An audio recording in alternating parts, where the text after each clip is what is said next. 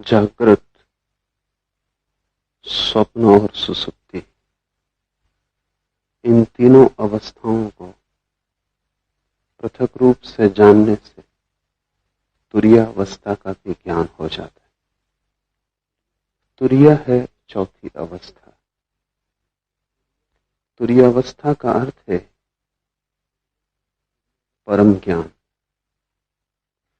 तुरीयावस्था का अर्थ है कि किसी प्रकार का अंधकार भीतर न रह जाए, सभी ज्योतिर्मय हो उठे, जरा सा कोना भी अंतस का अंधकारपूर्ण न हो, कुछ भी न बचे भीतर जिसके प्रति हम जागृत नहीं हो गए। बाहर और भीतर सब ओर जागृति का प्रकाश फैल जाए। अभी जहां हम हैं वहां या तो हम जागृत होते हैं या हम स्वप्न में होते या हम सुसुप्ति में होते। चौथे का हमें कुछ भी पता नहीं। जब हम जागृत होते हैं तो बाहर का जगत तो दिखाई पड़ता है, हम खुद अंधेरे में होते। वस्तुएं तो दिखाई पड़ती हैं लेकिन स्वयं का कोई बोध नहीं होता। संसार तो दिखाई पड़ता है लेकिन आत्मा की कोई प्रतीति नहीं होती। ये आधी जागृत अवस्था है, जिसको हम जागरण कहते हैं। सुबह नींद से उठकर वो अधूरा जागरण है, और अधूरा भी कीमती नहीं, क्योंकि व्यर्थ तो दिखाई पड़ता है और सार्थक दिखाई नहीं पड़ता। कूड़ा करकट तो दिखाई पड़ता है, हीरे अंधेरे में खो जाते। खुद तो हम दिखाई नहीं पड़ते कि कौन है, और सारा संसार दिखाई पड़ता है। दूसरी अवस्था है स्वप्न की। हम तो दिखाई पड़ते ही नहीं स्वप्न में, बाहर का संसार भी खो जाता है। सिर्फ संसार से बने हुए प्रतिबिंब मन में तैरते हैं। उन्हीं प्रतिबिंबों को हम जानते और देखते, जैसे कोई दर्पण में देखता हो चांद को, या झील पर कोई देखता हो आकाश के तारों को। सुबह जागकर हम वस्तुओं को सीधा देखते हैं, स्वप्न में हम वस्तुओं के प्रतिबिंब देखते हैं, वस्तुएं भी नहीं दिखाई पड़ती। और तीसरी अवस्था है जिससे हम परिचित हैं, बाहर का जगत भी खो जाता है, वस्तुओं का जगत भी अंधेरे में हो जाता है, और प्रतिबिंब भी नहीं दिखाई पड़ते, स्वप्न भी तिरोहित हो जाता है। तब हम गहन अंधकार में पड़ जाते। उसी को हम सुसुप्ति कहते हैं। सुसुप्ति में न तो बाहर का ज्ञान रहता न भीतर का। जागृत में बाहर का ज्ञान रहता है, और जागृत और सुसुप्ति के बीच की एक मध्य कड़ी है स्वप्न, जहां बाहर का ज्ञान तो नहीं होता लेकिन बाहर की वस्तुओं से बने हुए प्रतिबिंब हमारे मस्तिष्क में तैरते हैं और उन्हीं का ज्ञान होता है। चौथी अवस्था है तुरीया, वही सिद्धावस्था है। सारी चेष्टा उसी को पाने के लिए, सब ध्यान सब योग तुरीयावस्था को पाने के उपाय। तुरीयावस्था का अर्थ है भीतर और बाहर दोनों का ज्ञान। अंधेरा कहीं भी नहीं, न तो बाहर और न भीतर, पूर्ण जागृति, जिसको हमने बुद्धत्व कहा है, महावीर ने जिनत्व कहा है। न तो बाहर अंधकार है न भीतर, सब तरफ प्रकाश हो गया है। वस्तुओं को भी हम जानते हैं, स्वयं को भी हम जानते हैं। ऐसी जो चौथी अवस्था है वो कैसे पाई जाए, इसके ही ये सूत्र है।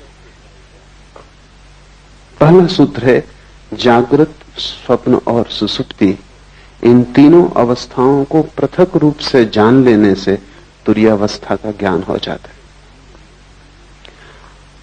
अभी हम जानते तो हैं लेकिन पृथक रूप से नहीं जानते। जब हम स्वप्न में होते हैं तब हमें पता नहीं चलता कि मैं स्वप्न देख रहा हूं, तब तो हम स्वप्न के साथ एक हो जाते। सुबह जाग के पता चलता है कि रात सपना देखा, लेकिन अब तो वो अवस्था खो चुकी।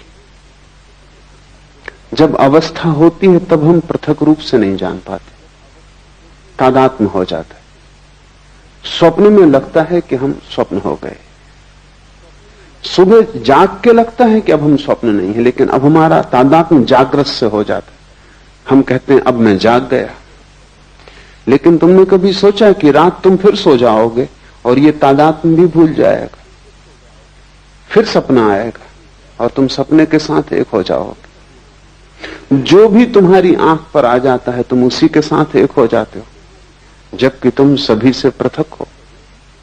ये ऐसा ही है जैसे वर्षा आए और तुम समझने लगो कि मैं वर्षा हो गया, फिर गर्मी आए और तुम समझो कि मैं गर्मी हो गया, और फिर शीत आए और तुम समझो कि मैं शीत हो गया।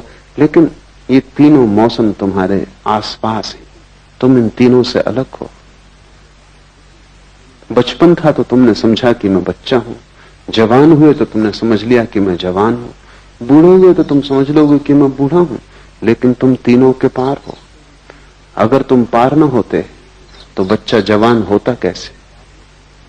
तुम्हारे भीतर कुछ है जो बचपन को छोड़ सका और जवान हो सका। वो कुछ बचपन और जवानी दोनों से अलग है। स्वप्न में तुम खो जाते हो, जागकर फिर तुम्हें लगता है सपना झूठ था। तुम्हारे भीतर कोई चेतना का तत्व है जो यात्रा करता है। स्वप्न, सुसुप्ति, जागृत तुम्हारे यात्रा के पड़ाव हैं, तुम नहीं हो। और जैसे ही तुम इस बात को समझ पाओगे कि तुम पृथक हो, अलग हो, वैसे ही चौथे का जन्म शुरू हो जाए। वो पृथकता ही चौथा है। महावीर ने इसके लिए बहुत कीमती शब्द प्रयोग किया। महावीर कहते हैं भेद विज्ञान। वे कहते हैं सारा विज्ञान अध्यात्म का भेद को साफ साफ कर लेने में वही इस शिव सूत्र का अर्थ है कि तुम्हें तीनों अवस्थाएं अलग अलग हैं, इसका पता चल जाए। जैसे ही तीनों अवस्थाओं को तुम अलग अलग जान लोगे, तुम ये भी जान लोगे कि मैं तीनों से अलग हूं। तुम्हें भेद की कला आ गई। अभी हमारी मनोदशा ऐसी है कि जो भी हमारे सामने होता है हम उसी के साथ एक हो जाते। किसी ने तुम्हें गाली दी, क्रोध उठा, उस क्षण में तुम क्रोध के साथ एक हो जाते। तुम भूल ही जाते हो कि क्षण भर पहले क्रोध नहीं था, तब भी तुम थे। क्षण भर बाद क्रोध फिर चला जाएगा, तब भी तुम रहोगे। तो क्रोध बीच में आया हुआ धुआं है। उसने तुम्हें कितना ही घेर लिया हो, लेकिन वो तुम्हारा स्वभाव नहीं। चिंता आती है तो चिंता का बादल घिर जाता है, सूरज छिप जाता है, तुम भूल ही जाते हो कि मैं पृथक हूं। सुख आता है तो तुम नाचने लगते हो, दुख आता है तो तुम रोने लगते हो। जो भी घटता है तुम उसी के साथ एक हो जाते हो। तुम्हें अपनी पृथकता का कोई बोध नहीं। इसे धीरे धीरे अलग करना सीखना होगा। हर स्थिति में अलग करना सीखना होगा। भोजन करते वक्त जानना कि जो भोजन कर रहा है वो शरीर है। भूख लगे तो जानना कि जिससे भूख लगी है वो शरीर है। मैं सिर्फ जानने वाला हूं। चेतना को कोई भूख लग भी नहीं सकती। गर्मी लगे और पसीना बहे तो जानना कि वो शरीर पर घट रहा है। इसका यह अर्थ नहीं कि तुम गर्मी में बैठे रहना और पसीना बहने देना। हटना, सुविधा बनाना, लेकिन शरीर के लिए ही सुविधा बनाई जा रही। तुम सिर्फ जानने वाले हो। धीरे धीरे प्रत्येक घटना जो तुम्हें घेरती है तुम उससे अपने को अलग करते जाना। कठिन है पृथक करना, क्योंकि बहुत बारीक फासला है। सीमा रेखा साफ नहीं है, क्योंकि अनंत जन्मों में तुमने तादात्म्य करना ही सीखा है, तोड़ना नहीं सीखा है। तुमने हमेशा अपने को जोड़ना सीखा है स्थितियों के साथ। तुम तोड़ने की बात ही भूल गए। इसका नाम ही बेहोशी है। ये जो तुमने जोड़ना सीख लिया है। एक सुबह मुल्ला नसरुद्दीन अस्पताल में अपने मित्र के पास बैठा। मित्र ने आंख खोली और उसने कहा कि नसरुद्दीन क्या हुआ? मुझे कुछ याद भी नहीं आता। नसरुद्दीन ने कहा कि रात तुम जरा ज्यादा पी गए और फिर तुम खिड़की पे चढ़ गए और तुमने कहा कि मैं उड़ सकता हूं और तुम उड़ गए। 3 मंजिल मकान पर थे। घटना जाहिर है, सब हड्डियां पसलियां टूट गई। मित्र ने उठने की कोशिश की और कहा कि नसरुद्दीन, और तुम वहां थे और तुमने ये होने दिया, और तुम किस तरह के मित्र हो? नसरुद्दीन ने कहा ये बात मत उठाओ, उस समय तो मुझे भी लग रहा था कि तुम ये कर सकते हो। यही नहीं, अगर मेरे पजामे का नाड़ा थोड़ा ढीला ना होता तो मैं तुम्हारे साथ आ रहा था। वो तो कहां उड़ने में पजामा संभालूंगा, इसलिए मैं रुक गया और बच गया। तुम ही थोड़ी पी गए थे, मैं भी पी गया था। बेहोशी का अर्थ है जो भी चित्त में दशा आ जाए उसी के साथ एक हो जाना। शराबी को एक ख्याल आ गया कि उड़ सकता हूं, तो अब वो भेद नहीं कर सकता। सोचने के लिए जगह नहीं, विवेक के लिए सुविधा नहीं, इसी के साथ एक हो गया। तुम्हारा जीवन इसी शराबी जैसा है। माना कि तुम खिड़कियों से नहीं उड़ते और माना कि तुम अस्पताल में नहीं पाए जाते और हड्डियां नहीं तोड़ लेते, लेकिन बहुत गौर से देखोगे तो तुम अस्पताल में ही हो, तुम्हारी सब हड्डियां टूट गई, क्योंकि तुम्हारा पूरा जीवन एक रोग है और उस रोग में सिवाय दुख और पीड़ा के कुछ हाथ आता नहीं। सब जगह तुम गिरे हो, सब जगह तुमने अपने को तोड़ा है, और सारे तोड़ने के पीछे एक ही मूर्छा का सूत्र है कि जो भी घटता है तुम उससे फासला नहीं कर पाते। थोड़े दूर हटो, एक एक कदम लंबी यात्रा है, क्योंकि हजारों लाखों जन्मों में जिसको बनाया है उसको मिटाना भी आसान नहीं होगा,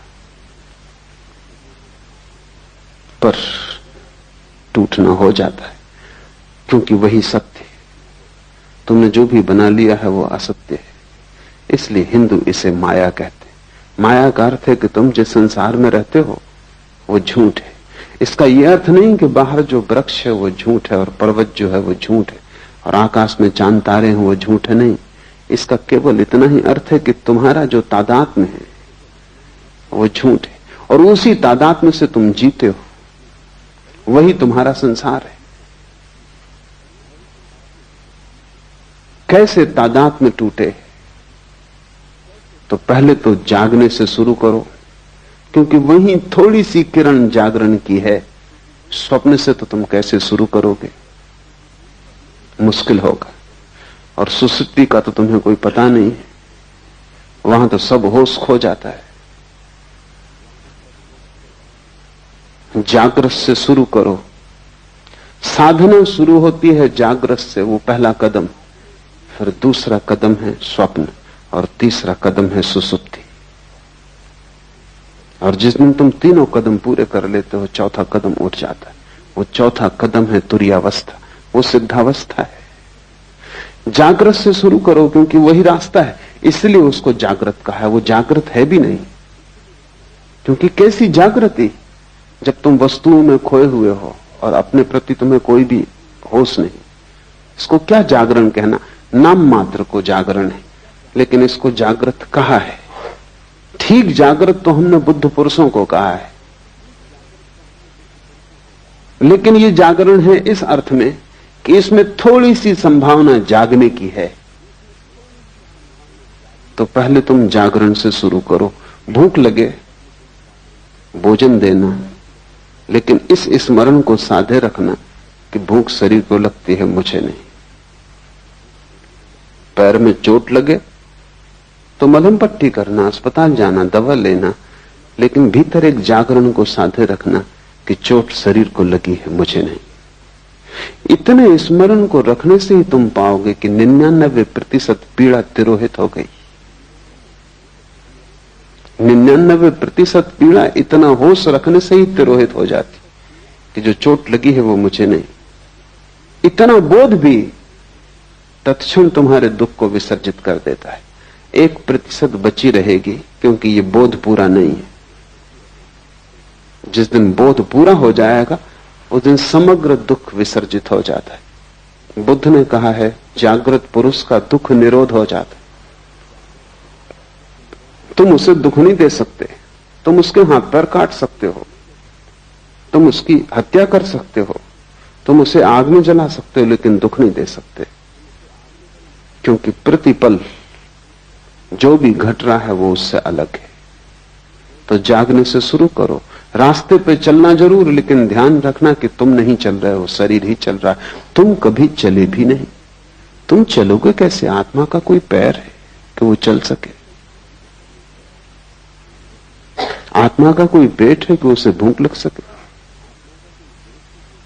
आत्मा की कोई भी वासना नहीं है, सभी वासना शरीर की। आत्मा निर्वासना है, इसलिए न चलती है न चल सकती है। तुम्हारा शरीर ही चल रहा है। इसे जब तक होश रहे संभालने की कोशिश करो। धीरे धीरे धीरे एक बड़ा अनूठा आह्लादकारी अनुभव होगा कि रास्ते पे तुम चलते हुए अचानक किसी दिन पाओगे कि तुम्हारे भीतर 2 हिस्से हो गए। एक चल रहा है और एक नहीं चल रहा है। एक भोजन कर रहा है और एक नहीं भोजन कर रहा है। उपनिषद कहते हैं एक ही वृक्ष पर बैठे हैं 2 पक्षी।